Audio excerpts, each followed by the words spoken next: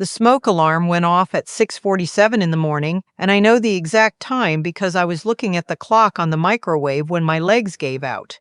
I'd been standing at the stove making oatmeal, the same oatmeal I've made every single morning for 40 years. When the smoke started rising from the pan, I'd forgotten to turn down. I reached up to wave the smoke away from the detector on the ceiling, lost my balance on the step stool I never should have been standing on, and the next thing I knew I was on the kitchen floor with my right wrist bent at an angle that made my stomach turn just to look at it. I didn't scream. I remember being surprised by that. I just lay there on the cold linoleum and said out loud to nobody, "Well, okay." I couldn't get up. I tried twice and the pain shot up my arm so sharp it made my vision white out at the edges. My phone was on the counter, maybe 4 feet above me. I'd turned the landline off 2 years ago because my daughter-in-law kept saying I was wasting money on something nobody used anymore. So I lay there on the kitchen floor of the house I'd lived in for 31 years and tried to think about what to do. My neighbor across the street, a retired school teacher named Bet, had a spare key to my house. I'd given it to her after my husband passed in 2019 because she insisted and I didn't have the energy to argue. I didn't know if I could get to the front door. I didn't know how loud I could yell through the window. I didn't know a lot of things lying there on that floor, but I knew one thing with absolute certainty.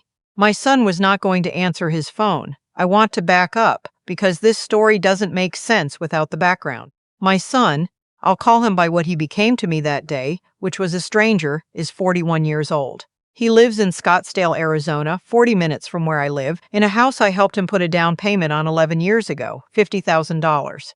It was most of what I had left after his father got sick, after the medical bills, after everything. He said he'd pay me back. That was 11 years ago. He's a good-looking man, my son. Charming when he wants to be. His wife is the same way. They're a matching set, the two of them. She's the kind of woman who says things like we're focusing on our energy right now, and we really have to prioritize ourselves, and I used to think she was just young and hadn't been through enough yet to know how self-centered that sounded. I gave her the benefit of the doubt for years. That was my first mistake. They have 2 children, my grandchildren, who I have seen exactly 4 times in the past 3 years.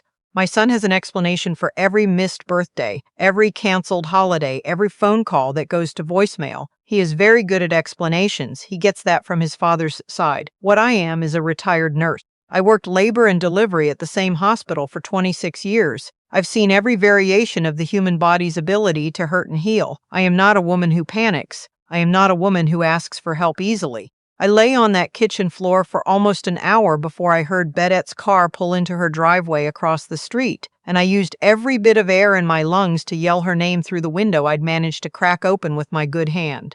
She called 911. She held my good hand until they got there. She rode with me to the hospital. My son's name and number were in the intake forms as my emergency contact. The hospital called him 17 times before I went into surgery. He didn't answer once. The fracture was a bad one.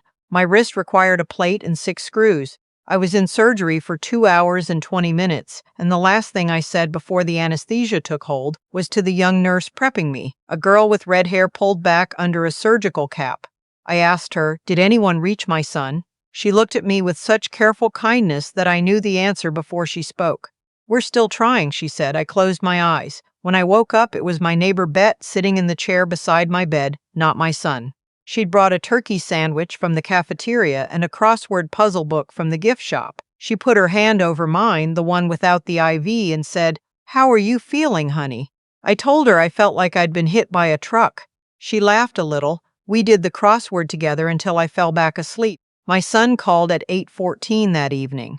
The hospital had reached him, finally, through his office number, which apparently he answers.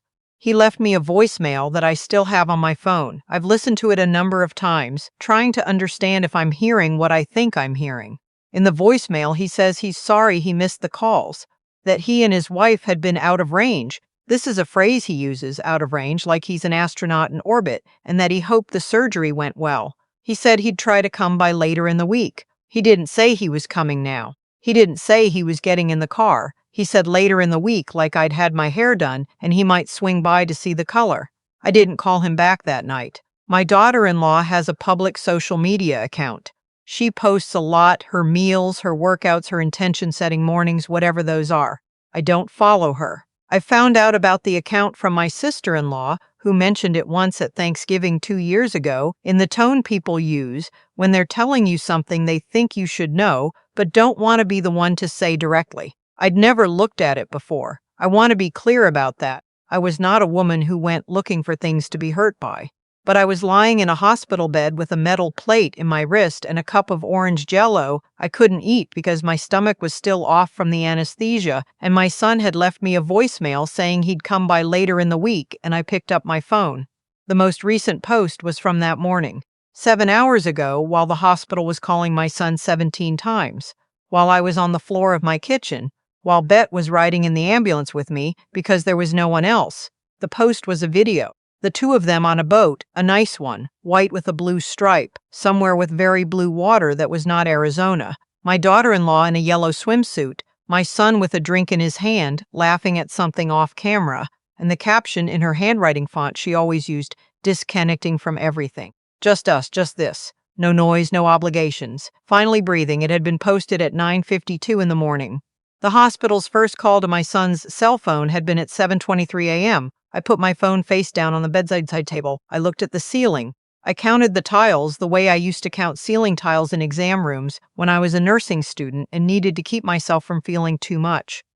I got to 47 before I picked the phone back up and looked at the post again. 41 weeks of posts, going back almost a year. Weekend trips to Sedona, a long weekend in San Diego, a week in Cabo in February with another couple I'd never heard my son mention. A ski trip in January. A dinner at a steakhouse I recognized downtown Scottsdale. Nice place. The same weekend, my son has told me he couldn't make it to my birthday dinner because he had a work commitment. In the photo from that dinner, he was wearing the blue shirt I'd given him for Christmas. I didn't cry. I want to be honest about that. I've cried about my son before plenty of times, alone in this house with the TV on so it wouldn't feel so quiet. But lying in that hospital bed looking at those photos, I felt something different. Not grief. Something quieter than grief and harder than sadness. Something that felt, if I'm being completely honest, like clarity. 40 years of loving someone doesn't disappear in one night, but 40 years of making excuses for someone can. He came on Thursday, not later in the week vaguely, Thursday 4 days after my surgery. He came alone without his wife, which I took as either a gesture of apology or an acknowledgement that she was the one thing that might cause me to say something I couldn't take back. He's always been handsome. That's a complicated thing to say about your child, but it's true, and it matters in this story because he knows how to use it.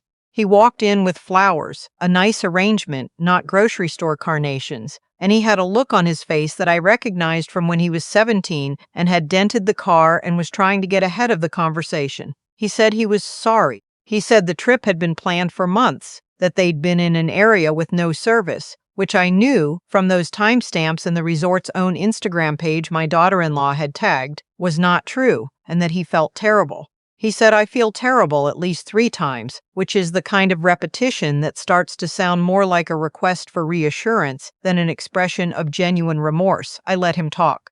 I sat there with my arm in its brace and I let him tell me everything he'd prepared to say. And when he was finished, I said, How was the water? He went very still. The boat looked nice, I said. Was it a rental or did someone you know have it? He didn't answer for a long moment. Then he said my name, my full name, the way he only uses when he's trying to seem sincere, and started to say something about how things weren't what they looked like. I told him I was tired, which was true, and I told him I needed to rest. He left the flowers. He hugged me carefully around the brace. He said he'd call later, and I said that was fine. And I watched him walk out the door and felt, underneath the sadness, something that I can only describe as relief. I've been a widow for 6 years. My husband, a good man, a quiet man, a man who fixed things and didn't talk about his feelings but showed up every single time, died of a cardiac event at the kitchen table where we'd eaten breakfast together for 33 years. I handled the funeral. I handled the estate. I handled the house and the finances and the grief because that's what you do, and because my son had just gotten engaged and I didn't want to make his happy time about my hard time. I know. I hear it now, too. I've been doing that for decades, making myself smaller so there was room for everyone else's life. Retiring 2 years earlier than I planned because my son and daughter-in-law wanted to move, and it would be better if I was available to help with the children. Lending money I needed and calling it a gift, because it was easier than watching my son struggle. changing my plans and my schedule and my expectations over and over year after year in the quiet and patient way I thought was love but was actually just erasure. I have a good friend named Rosie, not a nickname. She was actually named after the labor union organizer. Her mother was that kind of woman who has been saying this to me for years. Not unkindly, not in a way that felt like criticism, just in the way that good friends tell you the truth when you're not ready to hear it yet, so that when you finally are, you know they were right. Rosie came to the hospital the day after my surgery. She brought my crossword book back from Bet. Apparently Bet had called her, and a container of the soup she makes, the chicken one with the egg noodles, and she sat with me for 3 hours and didn't ask me to talk if I didn't want to. When I finally told her about the social media post, she was quiet for a long moment. Then she said, "What are you going to do?" I told her I didn't know yet, but I was starting to think. I have a living trust. My husband and I set it up years ago before he got sick on the advice of a financial planner we'd worked with since our 40s. It's not complicated, the house, a modest investment account, some life insurance, but it's enough to matter, enough that it was worth someone's while to be attentive to. The trust named my son as sole beneficiary, his wife as secondary, which I'd agreed to when they got married and which I had revisited in my mind approximately 800 times since. I called my estate attorney the week after I got home from the hospital. Her name is Dr. Mwangi. She's actually both a lawyer and has a doctorate in tax law, which I always found impressive, and she's been handling our family's legal matters since my husband was alive. She's measured and careful, and she doesn't waste words. I explained what I wanted to change. I told her as concisely as I could what had happened. She didn't react with visible emotion the way some people do, and I appreciated that. "This is straightforward," she said. "When do you want to come in?" We met the following Tuesday. I'd made a list of what I wanted, a portion, a significant one, redirected to 2 charities I'd supported for years. A nursing scholarship fund at the hospital where I'd worked, and a small bequest to Bet, who had ridden in an ambulance with me at 7 in the morning because there was no one else. The rest, a smaller portion than what my son had once stood to receive, would still go to him. Not because I owe him anything, but because I'm not a vengeful person, and because whatever he is or isn't, he's still my son, and I'm still his mother, and those words mean something to me even when they don't seem to mean much to him. I didn't tell him what I'd done. I didn't need to. The call came on a Sunday evening about 3 weeks after I'd changed the trust. I was sitting on my back porch. It was October, that perfect stretch of Arizona evenings when the heat finally breaks and the air smells like something living again, and my phone rang with my son's name on the screen. This was unusual. He doesn't call on Sundays. He doesn't call without a reason. He'd heard, was the thing. I don't know how, possibly through the accountant we'd both used years ago, possibly through some other channel I wasn't aware of. What he knew or suspected, I couldn't say exactly, but he knew enough. He started calmly, asking how I was feeling, how the wrist was healing, whether I needed anything. The kind of conversation we hadn't had in years, truthfully, the easy-seeming check-in. And then, after about 4 minutes of that, "Mom, I heard you might have made some changes to your estate documents." I looked at the mountains in the distance. They were turning that deep purple they get right before sunset. "Where'd you hear that?" I said. He said it didn't matter where. He said he just wanted to understand if everything was okay, if I was making decisions clearly, if maybe someone had gotten in my ear about things. Gotten in my ear. That's the phrase he used. Like I'm a woman who can't think for herself, like I'm someone who needs protecting from her own decisions. I let the silence sit for a moment. Then I said, "I'm fine, sweetheart. My mind is completely clear." And then I said, "I lay on my kitchen floor for 55 minutes waiting for someone to help me. The hospital called you 17 times. You were on a boat." He started to say something. I said very gently, "I'm not angry at you. I want you to know that. But I'm done arranging my life around the idea of a relationship that only goes one direction." He said something then about how he knew he'd let me down, how he was going to do better, how things were going to change. I've heard versions of this speech before. Not from him. He'd never been quite as bad before as he'd become in the past few years. But from patients' family members standing in hospital corridors, making promises that were real in the moment and gone by the following Tuesday. I told him I loved him. I meant it. I told him I wasn't going to be waiting by the phone anymore. I meant that too. Bet and I have breakfast together on Wednesday mornings now. She makes coffee that's too strong, and I bring muffins from the bakery 2 streets over, And we sit on her front porch and do the newspaper crossword, which she's better at than I am for anything pop culture related, but I beat her every time on the science clues.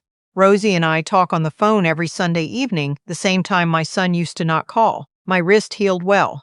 The physical therapist, a young man named Cal, who was relentlessly cheerful in a way that should have been annoying but somehow wasn't, said I had excellent bone density for my age. I took that as a win. I still live in my house. I still make oatmeal in the mornings, though I've moved the smoke detector and I no longer use the step stool. I still have photos of my son on the bookshelf in the living room, him at 8 years old on a fishing trip, him at his college graduation, him at his wedding before I knew what I know now. I'm not going to take them down. He is still my son. That will always be true. But I have stopped making myself small enough to fit into the space he has left for me, which has gotten very small over a very long time. I stopped waiting to be chosen by someone who had already quietly and without apology made his choice. What I grieve is not the son I have. What I grieve is the son I was so certain I was raising. Those are two different losses, and only one of them I can actually do something about. If you're listening to this and you recognize yourself, not the woman on the floor, but the woman who stayed small for years before she got there, I want you to hear this. The moment I stopped arranging my life around the hope of being prioritized was the same moment I realized I had a life to arrange. It wasn't dramatic. There was no confrontation. There was no single moment of triumph. There was just a Tuesday morning in October when I made oatmeal, turned the burner down to low the way I should have that first morning, and stood in my kitchen in my house, in the life that is mine, and felt, for the first time in a long time, entirely like myself. That's not nothing. At 68 years old, I will tell you, that is not nothing at all.